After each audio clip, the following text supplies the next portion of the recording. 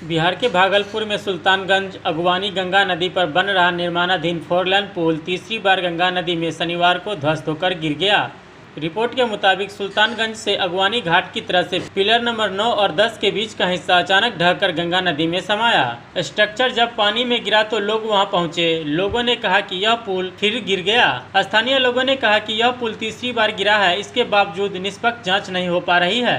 इस महासेतु का निर्माण एसपी सिंगला कंपनी करा रही है। भागलपुर जिले के सुल्तानगंज में बन रहा यह पुल खगड़िया और भागलपुर जिलों को जोड़ने के लिए बनाया जा रहा है। बता दें कि यह पुल 1750 करोड़ की लागत से भागलपुर अगवानी पुल का निर्माण किया जा रहा था।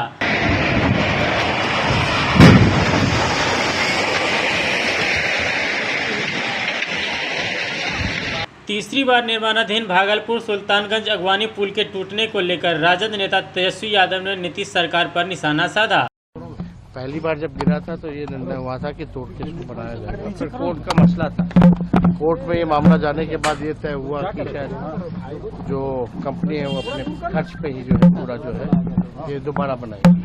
लेकिन अगर ये तीसरी बार ये गिरा है तो कहीं ना कहीं से जो है का हर एक चीज जो है कमेटी बनी हुई है जांच के लिए। जब हम बने हुए थे उस समय कमेटी हम लोगों ने बनाया था और उस कमेटी के आधार पर जो रिपोर्ट आने थे उस हिसाब से एक्शन लेना था। अब देखना पड़ेगा कि उस कमेटी का क्या रिपोर्ट है, क्योंकि उसके बाद तो हमारी सत्ता चली गई, हम रहे नहीं। जो कमेटी का जो रिपोर्ट है जब तक वो देख नहीं लेते तब तक इस पे जो है कुछ कहा नहीं जा सकता। लेकिन फिर भी आप देखिएगा, चाहे पुल हो, पुलिया हो या मेगा पुल हो, लगातार नीतीश कुमार जी के राज में जो है ये गिरता रहा है। एक आध मामला नहीं है, लगातार ऐसे मामले आ रहे हैं। तो अगर जो भी दोषी है, हम तो साफ तौर पे कहते हैं, जो भी दोषी है उसको सख्त से सख्त जो है कार्रवाई होनी चाहिए।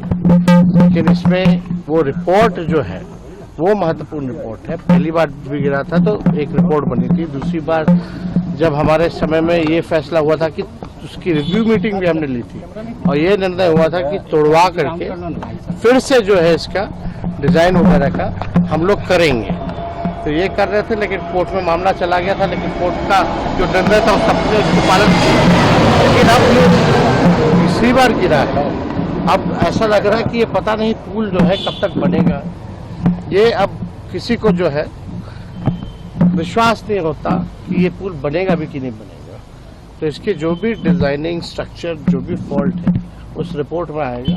हम लोग भी जो है सरकार के अधीन मंत्री के पास, हो सकता है कि हम तो हट गए, हो सकता है रिपोर्ट आया होगा, लेकिन हमारे जहाँ तक जानकारी में हमको नहीं लगता कि जो मंत्री बने हैं वो अभी तक इस पुल को लेके कोई समीक्षा बैठक भी की है कि नहीं की। एक सवाल, अगर की है तो इसकी जानकारी जो है वो बताना। एक सवाल है, 15 अगस्त को सीएम ने भाषण दिया, उस भाषण में भी पर्सनल अटैक ये जस्टिफाई है?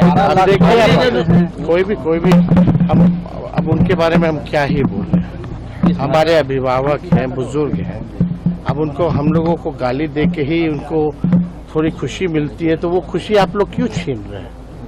लेने दीजिए, बोलने दीजिए।